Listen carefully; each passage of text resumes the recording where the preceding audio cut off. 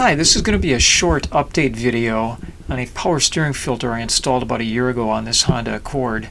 Suddenly a leak developed, got a whining sound coming out of the pump, and I tracked it down to this Edelmann Elite filter I put in last March. The leak is showing up right below that filter, and when it went in kind of a big way, quite a puddle. This happened in very cold weather, so that may have been a factor.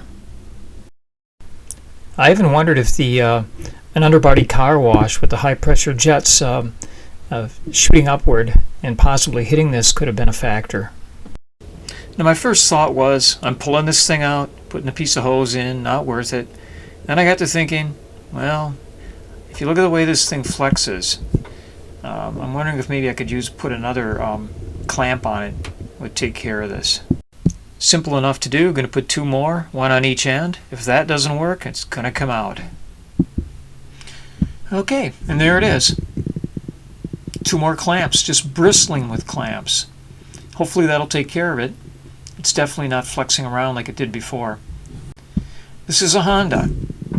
It's tough to get the air out. Make sure you jack it up, turn the wheels back and forth, lock to lock, as many times as you need to bleed out any air that may have gotten in there.